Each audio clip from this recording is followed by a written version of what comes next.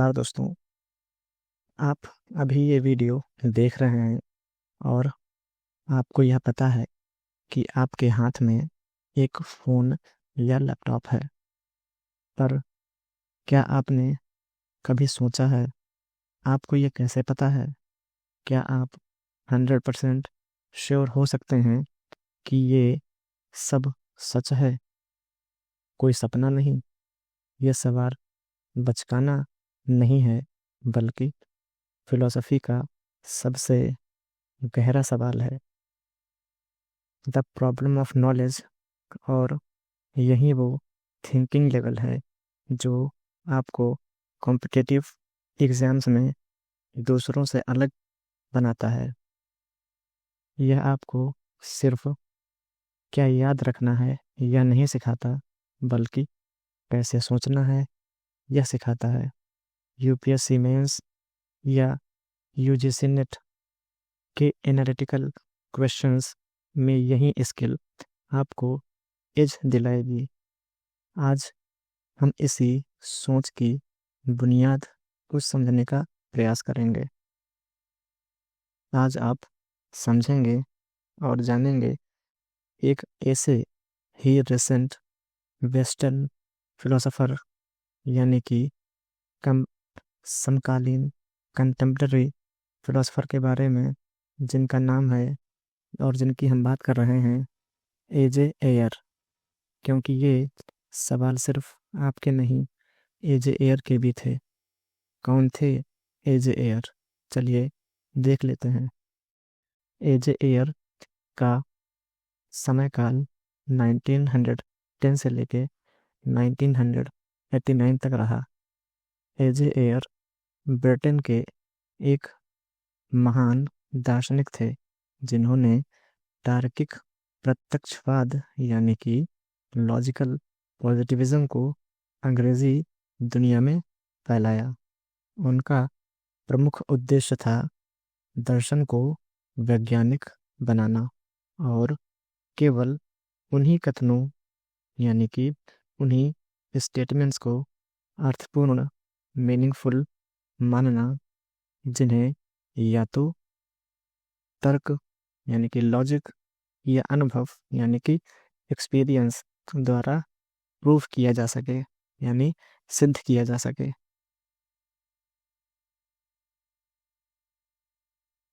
अब हम देख लेते हैं इनका मेन वर्क क्या रहा।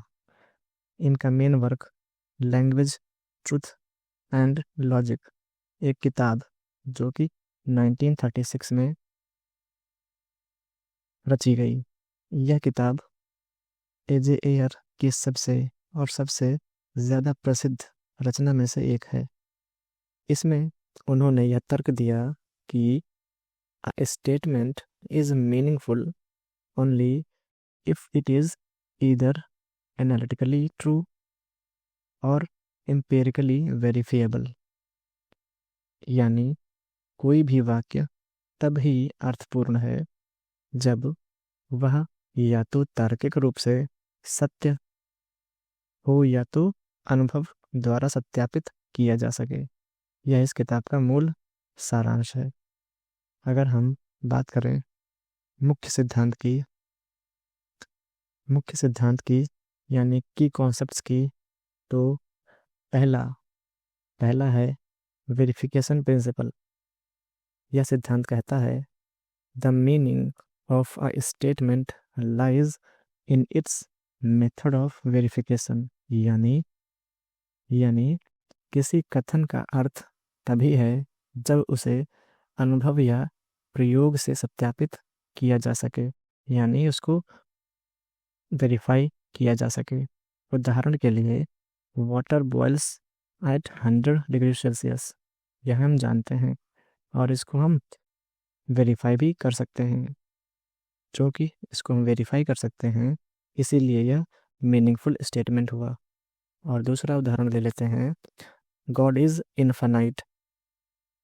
यह एक मीनिंगलेस स्टेटमेंट है एजे एयर के अनुसार, क्योंकि this can not be empirically verified. यह सिद्धांत के आधार पर एयर ने इसको मीनिंगलेस कहा। अब इस सिद्धांत के आधार पर ही एयर ने मेटाफिजिक्स, थियोलॉजी और एथिक्स के यानी एथिक्स के कई दावों को मीनिंगलेस कहा, क्योंकि उन्हें अनुभव से सत्यापित नहीं किया जा सकता था।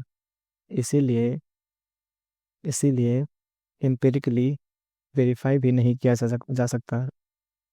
अब हम देख लेते हैं दूसरा पॉइंट कि कॉन्सेप्ट एनालिटिक और सिंथेटिक में क्या अंतर है, यानी एजे एयर ने क्या बताया।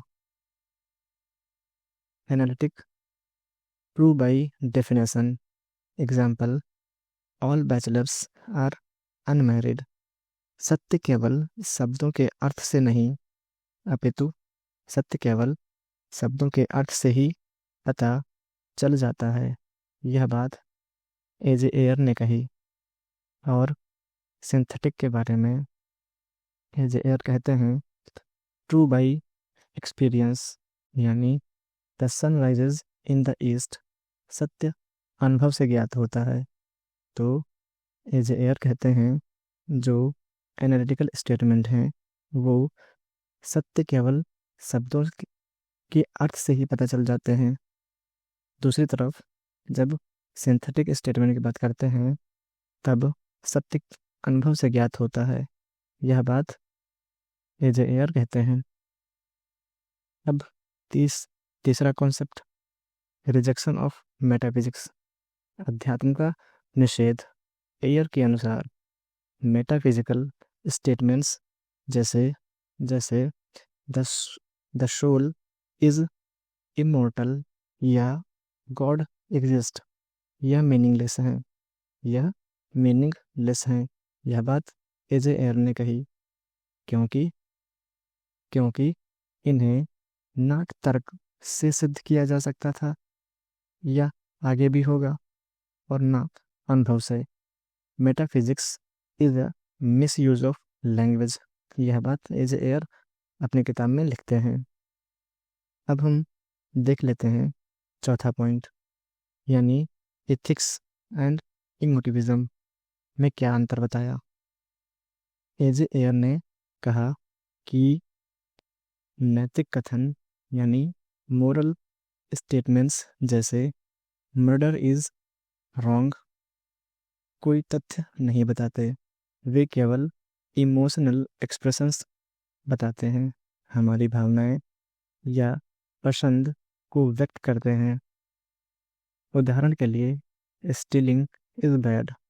स्टीलिंग इज बैड का अर्थ है डिसअप्रूव ऑफ स्टीलिंग, यानी I am disapproving of stealing.